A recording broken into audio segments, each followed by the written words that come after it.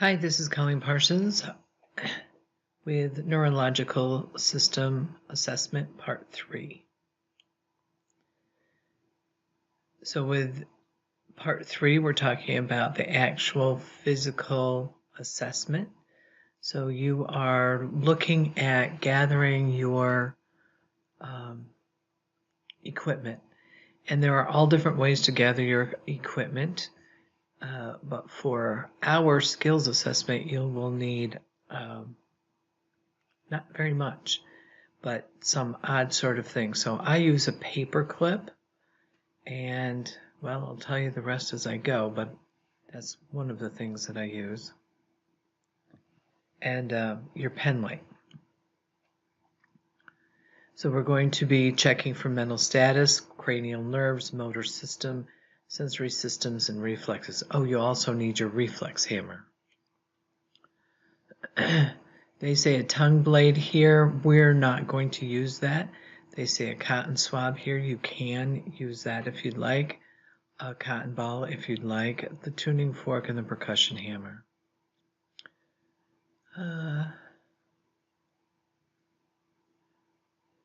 So we are going to test the sense of smell, or you can pretend to do that by putting a fragrance under one nostril with the other one included. Can the patient smell that? And then switching it to a different substance, including the nostril, and can they smell that?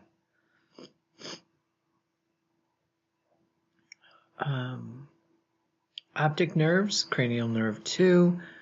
We use our ophthalmoscope if you want to actually look into the eyes and check the eyes.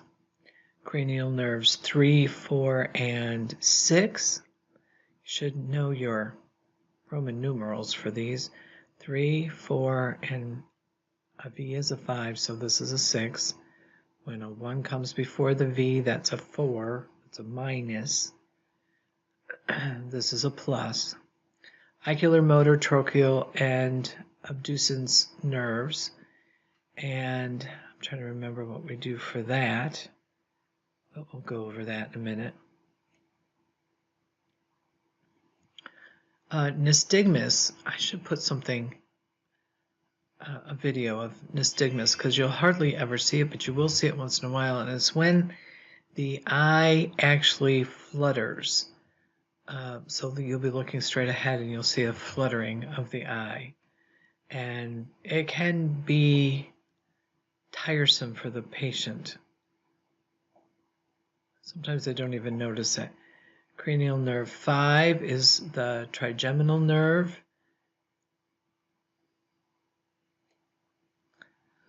The corneal reflex.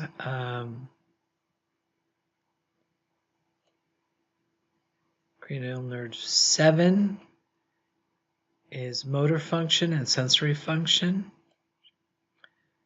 And cranial nerve 8 is your acoustic nerve, and we generally test that with the Romberg test. Cranial nerve 9 and 10 is a motor function and sensory function. Cranial nerve 11 is a spinal accessory nerve. Cranial nerve 12 is hypoglossal nerve, that's your tongue. And then we will test muscles for use, not just strength, but for actual use. So while we're testing the strength of the muscles, we're looking at tone, involuntary movements. That's what we're really looking for. Is there tone and are there involuntary movements? Those would suggest, lack of tone would suggest a neuro abnormality, as would involuntary movements. This is going to be your key here, involuntary movements. And your cerebral function test, cerebellar, you can say it that way, function test, which means can the patient follow directions? So that's going to be cognitive.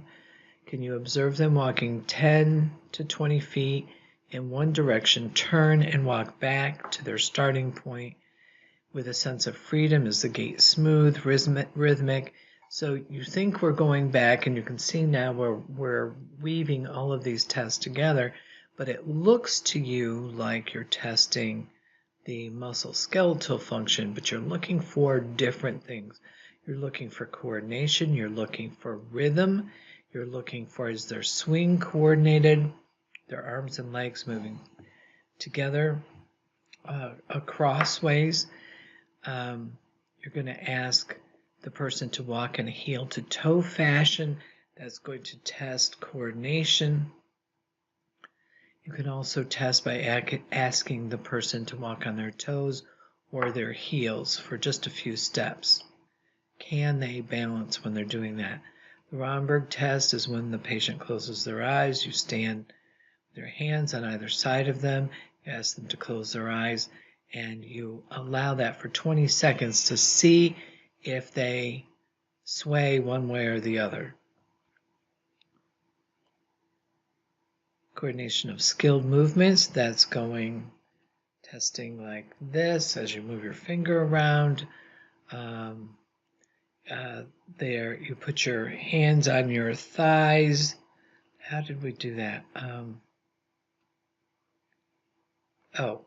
You just go back and forth like that. That's one of the tests. There's several. Rapidly alternating movements, just talked about that. Can your feet, can you touch your shin with your heel? That would be another one. Let's see, what is this one? You can just go and read them. They're interesting, and we will practice them in class. There are several in your book. I'm sure you've already been looking at them. This is, for me, one of the most interesting tests because it really is our neurosystem that sort of runs our body. Then we want to see if pain can be picked up by the person. So there are different ways to do this, but this is one of the ways that I use is a paper clip because they're usually available. And you unfold one side of the paper clip. So you have a pointy, sharper end, but it's not so sharp that it would go through skin. And then you have the dull end. And then you can tap the person with a pointy end of the paper clip. And you're saying, does that feel sharp or does that feel dull? And then you go back and forth in different parts of their body. Can they feel a light touch of a cotton on their skin?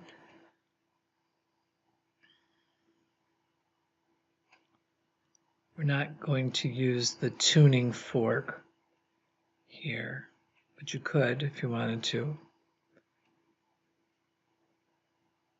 Very often the tuning forks are used specifically with the feet to give a sense of whether or not the patient can actually feel anything there. Can they read deep tendon reflexes? I talked about that in section 1. So you're going to be learning how to actually use the reflex hammer to get your tendons to move just by hitting them, and we'll see if that works.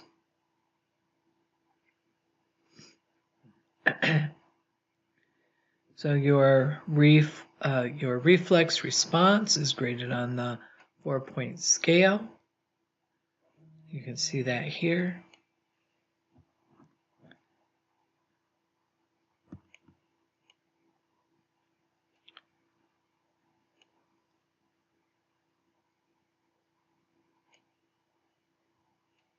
And we're not going to go through anything around the infants at this time, but they do have their neurosystem develops over time, like the rest of their beingness, and there is actually quite a bit involved in their developing neurology.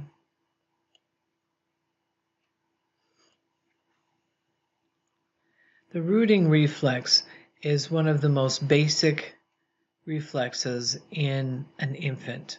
If they are born without it, they can't survive. So the rooting reflex is when you brush their cheek and they move to nurse. They look for the nipple, they look for nutrition when you brush their cheek. That happens for almost any animal, a mammal, and if it's not there, the probability that they will survive is very low. Every once in a while, I'll have a baby goat born without a very strong rooting reflex, and it's annoying, believe me. It can develop in a few hours, so it's not always right there instantly. The part of this is as a human being deteriorates, like with dementia, like I was talking about in section 1 or 2, as we deteriorate with dementia, we will return to our most basic reflexes. So if there's been a brain trauma or dementia or some other considerably impacting neurological damage, then that rooting reflex would reappear in an adult, and it would be considered very abnormal. So that's one of the tests. So you can either do rooting reflex or the Babinski reflex when you're doing your test.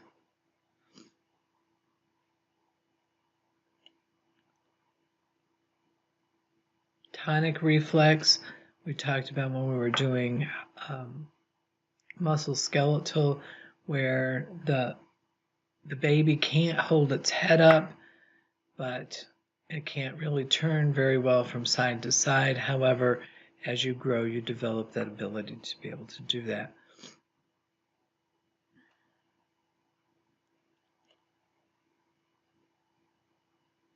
And children grow and they develop their competence in being able to utilize their neurological system. We're always looking for any damage to that. There are all different ways that that can be damaged. And I'm not going to go through these either.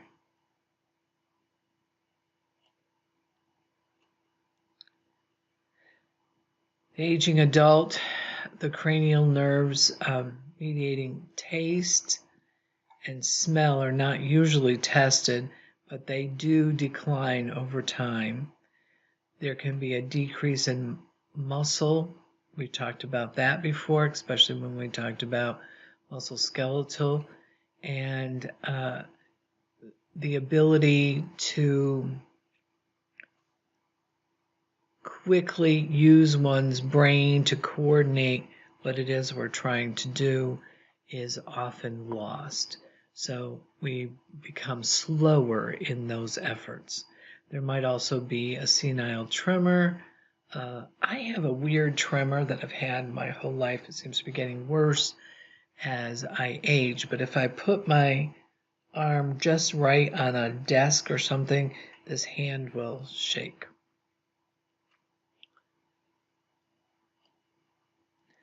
Developmental competence with aging. Let's see, what are we talking about here? The gait is more slow, is more deliberate.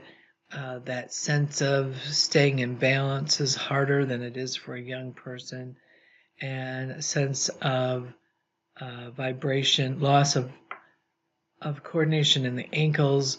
We're not going to be able to feel things the same way that we did when we were young. We may need a more pressured touch or a harder touch for stimuli.